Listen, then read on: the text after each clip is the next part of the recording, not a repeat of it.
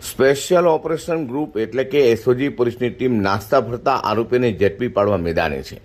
ત્યારે બાતમી મળી હતી કે સુરતના મૈધરપુરા પોલીસ પથકમાં વર્ષ 2006માં એટલે કે આજથી બરાબર 19 વર્ષ પહેલાં ઝડપાયેલા ડ્રગ્સના ગુનામાં વોન્ટેડ આરોપી કાશ્મીરના આતંકવાદી ગઢ અનંતનાગના અંતરિયાળ ખીણમાં છે।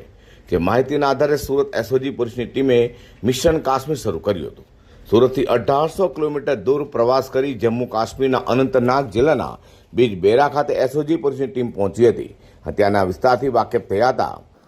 2006ની અંદર એક ચરસનો મૈધરપુરા પોલીસ સ્ટેશનમાં કેસ થયેલો 10 લાખ ને 25,000નો જે તે વખતે મુદ્દામાલ હતો।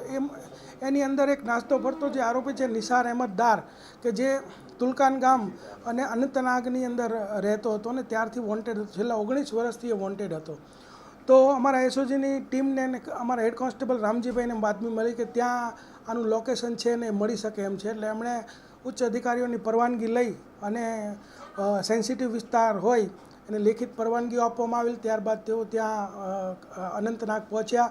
ત્યાંના એસઓજીના પીએસઆઈ સાથે સંપર્ક કર્યો, આખી ટીમ સાથે સંપર્ક કર્યો અને ત્યાં વોચમાં રહ્યા। કારણ કે જે આ તુલકાન ગામ છે એ ગામ આખું પીડીપી સમર્થિત એરિયા છે કે જે મહેબૂબા મુફ્તી છે પીડીપીના જે નેતા એ બીજબહેરાના છે અને બીજબહેરા તાલુકામાં જ આ તુલકાન ગામ આવેલું છે। એકદમ સેન્સિટિવ એરિયા છે અને તુલકાન આખું જ જે છે એ ડ્રગ્સના જે આરોપીઓ છે એનાથી ભરેલું છે। એક તેને કહેવાય કે ખૂબ જ દિલધડક વાત હતી કે ત્યાંથી કોઈ આરોપીને લઈ આવો, પરંતુ એસઓજીની ટીમે ત્યાંની એસઓજીની ટીમ સાથે મળી અને આ એક દિલધડક જે ઓપરેશન છે એ પાર પાડ્યું। સવારે 5 વાગે જઈ અને એને વેપન સાથે ગયેલા અને એને ઉઠાવીને લઈ આવેલા અને આ 19 વર્ષ જૂનો સુરતનો જે 70ના વોરંટ મુજબનો આરોપી છે એ ઝડપી પાડેલો છે। આરોપીને પકડી પાડવા માટે જે નામ એટલા માટે આપવામાં છે કે કાશ્મીરની અંદરથી આરોપી લાવવાનો હતો એટલે એને આપણે મિશન કાશ્મીર એવું નામ આપેલું હતું અને સવારે 5 વાગે ઊંઘતો હતો તે દરમિયાન જ એને ઝડપી પાડ્યો છે। એ અગાઉ એના ઉપર વોચ રાખવામાં આવી હતી કે શું એ પ્રવૃત્તિઓ કરે છે।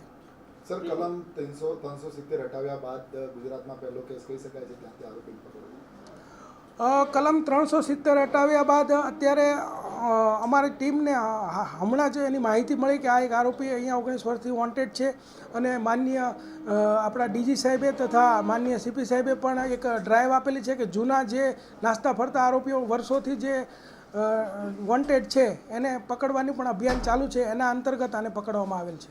આ ડ્રગ્સ જે છે એનો કેસ 2006માં થયેલો અને રાજેશ ખત્રી નામનો એક આરોપી જે તે વખતે આ ડ્રગ્સ મંગાવ્યું હતું ચરસ અને આ પકડાઈ ગયેલા। ત્યારબાદ આ ભાઈ જે નિસાર અહેમદ દાર છે તે વોન્ટેડ હતો।